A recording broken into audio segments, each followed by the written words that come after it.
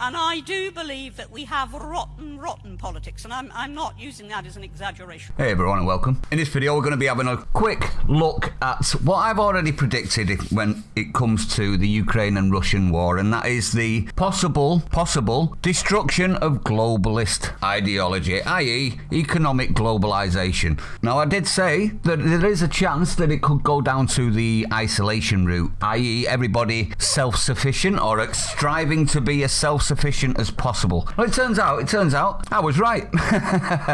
A leading economist has claimed that globalization is over thanks to the Ukraine war. Gabriel Felbermayr, a world-renowned economist who heads up a Austrian Institute for Economic Research, WIFO, has declared that globalization is now over. Just as I said, everyone. It's going to promote everyone to start looking, because with Russia owning most of Europe because of the power supply, the gas, the oil, etc., and a lot of other places due to the food, wheat, etc., and also microchips with neon, etc., etc.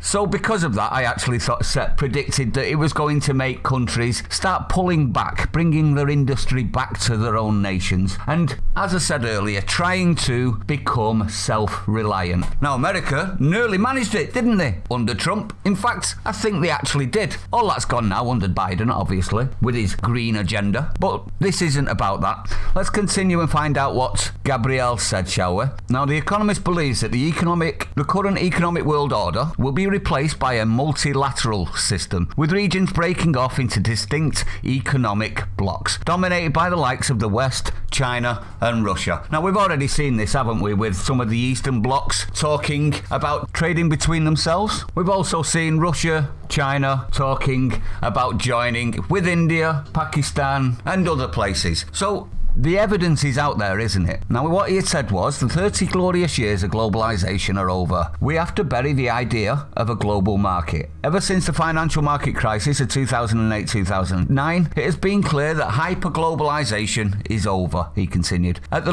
latest since Donald Trump's economic war and the Russian invasion, it has been clear that a new iron curtain will probably be lowered between the West and Russian sphere of influence. Now, I don't think it was Trump that did this in the slightest, so he's showing his political leanings with that one. Now, Biden's a whole different story. Biden knew that what was going to happen with NATO expansion in 97. Check out previous videos if you want to see that. Although the end of globalization, he said, has been predicted many times before, his warnings have been made by other groups and organizations, with Russia's ongoing war in Ukraine already causing serious issues for international trade. It's also enabling the big corporations to massively inflate their prices and pay the bosses a lot more money. It's convenient, isn't it? It does seem to be convenient. The supply of food is one major area where the war has already caused significant damage due to the world's reliance on grain and fertilizer exports from Ukraine and Russia. That would be the potash they're talking about. Canada does produce potash, but not to the extent of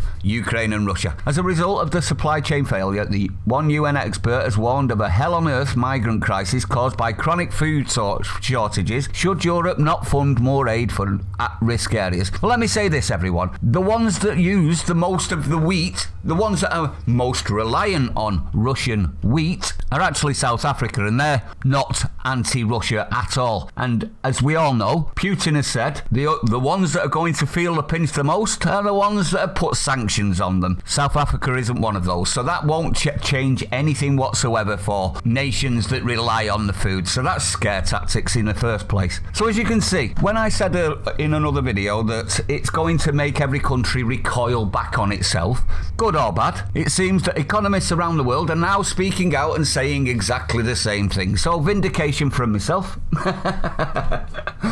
and more information for you. It looks like it's going to get a lot worse before it gets better. But if we start pulling back as a nation and start becoming more self-reliant, it means we've got to bring our industries back. Win-win as far as I'm concerned. But what say you? Let me know what you think, everyone. If you're new to the channel, don't forget to hit the like, comment, subscribe, hit the bell icon, share it out, stay sane. See you on the next one.